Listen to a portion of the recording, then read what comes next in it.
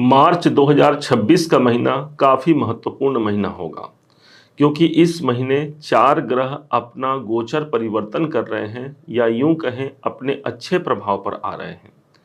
एक तरफ तो सबसे पहले सूर्य देव जो अपने ग्रहण योग से मुक्त हो रहे हैं, तो दूसरे तरफ देव गुरु बृहस्पति भी एक ऐसे समय पर प्राप्त हो रहे हैं जहां पर वक्री अवस्था से वो मार्गी अवस्था पर आ जाएंगे।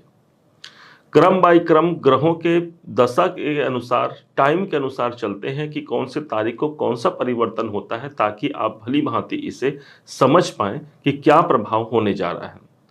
सबसे पहले 1 मार्च का डेट जो प्रारंभ होगा, इसी दिन शुक्र देव जो कि वृषभ राशि के अपने ही राशि के मालिक हैं, यही अपने उच्च के पोजीशन पर आ रहे हैं। देखिएगा जरा, स्वयं राशि के स्वामी हैं और वो रहेंगे अपने, अभी तक तो दसम भाव पर चल रहे हैं। 1 तारीख को ये पहुंच जाएंगे शनि के पास। जब यहाँ शनि के पास जाएंगे तो यहाँ ये शनि और शुक्र का कॉम्बिनेशन भी हो जाएगा और उच्च के हो जाते हैं। इसका मतलब ये हो गया कि लाभ की जो संभावना है वो काफी बेहतर हो जाएगी। हमने अपना काम कर लिया, अब लाभ की प्राप्ति चाहिए, तो एकादश भाव लाभ का ही है जहां पर शुक्र देव पधार रहे हैं। चूंकि राशि के स्वामी उच्चता को प्राप्त करेंगे, इसलिए हेल्थ में, स्वास्थ्य में कोई नरमा गर्मी भी चल रही है तो उससे भी हम बेहतरीन रूप से निजात पा सकते हैं। अब दूसरे ग्रह पर आते हैं जो कि ठीक 11 तारीख को, 11 मार्च का समय होगा, जिस दिन देव गुरु बृहस्पति अपने वक्री अवस्था से मार्गी अवस्था पर आ जाएंगे। जब देवगुरु बृहस्पति मार्गी होंगे तो वो भाग्य है, हमारा भाग्य भी एक सीधे डायरेक्शन पर, एक सीधे प्रभाव पर आगे बढ़ेगा। इस समय पर गुरु का जो पोजीशन बना हुआ है वो वृषभ राशि के ठीक धन भाव पर गुरुदेव बैठे हुए हैं। यहाँ पर गुरु की स्थिति का होना अर्थात आर्थिक मामलों के कई ऐसे कार्य हैं जो उलझे हुए हैं, उसको सुलझाने के लिए एक अच्छा वातावरण हमको मिल जाएगा। गोचर के गुरु जब द्वितीय भाव पर होते हैं, धन आगमन का संकेत बनाते हैं, तो इसलिए धन के दृष्टिकोण से गुरु का मार्गी होना 31 मई तक हमारे लिए पॉजिटिव सिचुएशन प्रदान करेगा। चूंकि देवगुरु बृहस्पति की दृष्टि छठे भाव पर आ रही है, तो जितने भी लोग जॉब कर रहे हैं, अपने नौकरी पेशा को लेकर के यदि परेशान हैं, तो वहां पर स्थिरता आती है और एक भाग्य का हमको आशीर्वाद मिल जाता है। गुरु यहाँ पर एक विशेष बात है कि यहाँ से इनकी दृष्टि अष्टम भाव पर है, तो जो लोग जिनके पैसे फंसे हुए हैं वो भी इस समय पर 11 मार्च से लेकर के 31 तारीख तक उस पैसे की रिकवरी प्राप्त कर पाते हैं। तीसरे ग्रह पर चलते हैं तो वो ग्रह है स्वयं सूर्य देव जो कि ग्रहों के राजा हैं। वृषभ राशि के जीवन के सदैव के लिए वो सुखेश बनते हैं, चतुर्थ भाव के स्वामी हैं।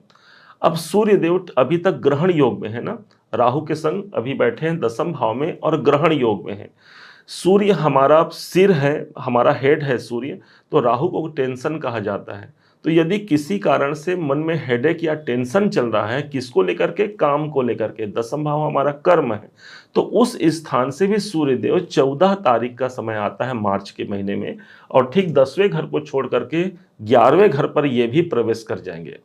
ऑलरेडी पहले से शनि देव हैं, शुक्र देव हैं, अब सूर्य भी इसी भाव पर आ जाएंगे। शनि यदि अंधेरा है जो कि लाभ भाव पर है, तो सूर्य वहीं पर उजाले का प्रकाश कर देगा। तो कोई काम बनना है, कोई इच्छाओं की पूर्ति होना है, जो लाभ हम तक नहीं पहुंच पा रहा है, तो वहां पर सूर्य का प्रकाश का मौजूद होना लाभ के वातावरण को प्रशस्त करेगा, अर्थात हम अपने कार्य पर लाभ तक पहुंच पा रहे हैं। लाभ के दृष्टिकोण से ये महीना एक सकारात्मक बदलाव लेकर आ रहा है। चूंकि चतुर्थ भाव के स्वामी लाभ भाव पर गए हैं, तो बहुत से लोग इस समय पर यदि प्रॉपर्टी से कुछ लाभ लेना चाहते हैं तो वो इस समय पर उस काम पर आगे बढ़ सकते हैं। चतुर्थेश अच्छे पोजीशन पर जा रहा है। इस समय पर माता जी से भी कोई लाभ के अवसर बन सकते हैं, या उनके स्वास्थ्य में कोई खराबी है तो वो उस बेहतरी स्वास्थ्य को ले पाते हैं। यहाँ 3 ग्रहों का कॉम्बिनेशन रहेगा, शनि, शुक्र और सूर्य। शनि आपका कर्म है, तो शुक्र पैसा है, तो और सूर्य साथ में उजाला है या पोजीशन है। तो इन तीनों चीजों का प्रभाव एक साथ मिलेगा हमारी कामनाओं को की पूर्ति के लिए। 11वें घर पर ये तीनों ग्रह विद्यमान रहेंगे। अब आते हैं चौथे ग्रह पर, और ये चौथा ग्रह है स्वयं आपके धनेश, मतलब बुध। बुध इस अभी तक ये वक्री अवस्था पर चल रहे थे, ये हो जाएंगे मार्गी। और मार्गी हो कहाँ रहे हैं, तो दसम भाव पर। तो इसलिए ये महीना हमारे कर्म क्षेत्र की सफलता के लिए एक पॉजिटिव महीना रहेगा। जहां पर काम नहीं बन रहे हैं वहां काम बनने प्रारंभ होंगे। बुध को हम व्यापार से जोड़ते हैं, बुध हमारा एजुकेशन है और बुध ही हमारा ब्रेन है, हमारी बुद्धि है। तो यदि किसी कारण से बुद्धि अशांत है, किसी बार बार हम कंफ्यूज हो रहे हैं किसी चीज को लेकर के, तो बुध का यहाँ पर मार्गी अवस्था पर आना, अर्थात हमारी बुद्धि भी एक सही मार्ग पर आगे बढ़ेगी। दसम भाव पर है, इसलिए जो लोग व्यापारी हैं वो अपने कर्म क्षेत्र पर सफलता को प्राप्त करते हैं। कोई डील करना है, कोई बढ़ोतरी करना है, एक पॉजिटिव सिचुएशन यहाँ पर मौजूद रहेगा। बुध चूंकि धनेश है और धन भाव पर ऑलरेडी गुरुदेव बैठे हैं और धनेश यहाँ पर मार्गी हो रहे हैं, इसलिए हमारे धन के रास्ते न सिर्फ देवगुरु बृहस्पति यहाँ ओपन कर रहे हैं, बल्कि बुध के माध्यम से भी ये क्लियर होता है कि हमारा धन हमारे कर्म से ज्यादा मजबूती से हम तक पहुंच पाएगा। कोई फैमिली का मेंबर आपका सहयोग कर सकता है या आपके पार्टनर के रूप में यदि वो जुड़े हुए हैं तो यहाँ से हम लाभ ले सकते हैं। चूंकि बुध के पास 6 नंबर की राशि है, तो 6 नंबर की राशि के स्वामी ही यहाँ पर एक अच्छे पोजीशन पर मार्गी हो रहे हैं, तो पंचम के स्वामी दसम पर जा रहे हैं। तो जितने भी लोग जो एजुकेशन फील्ड पर काम कर रहे हैं, शेयर मार्केट में काम कर रहे हैं, अपने संतान के कैरियर को लेकर के चिंतित हैं, तो यहाँ पर काम बनने की संभावना काफ़ी प्रखर हो जाती है, जहाँ पर बुध भी एक मार्गी अवस्था पर आ रहे हैं और वो भी अपने स्वयं के मित्र की राशि पर। अब देखा जाए तो इस महीने कोई बहुत ज़्यादा नेगेटिव परिवर्तन नहीं है, इसलिए एक सकारात्मक परिवर्तन है, इसका भरपूर लाभ हम ले सकते हैं।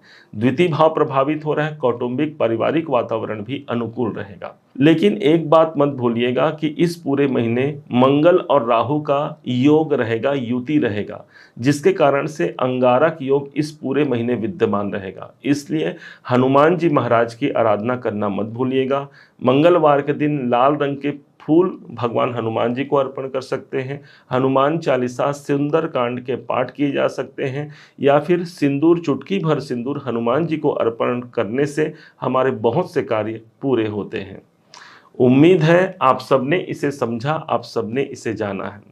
यदि आपने इसे समझा है, जाना है और मेरे समझाने का प्रयास यदि आपको सार्थक लगा हो, मेरे समझाने का तरीका यदि आपको सार्थक लगा हो, तो हर बार की भांति इस बार भी अपना प्यार भरा लाइक और कमेंट करना कभी मत भूलिएगा।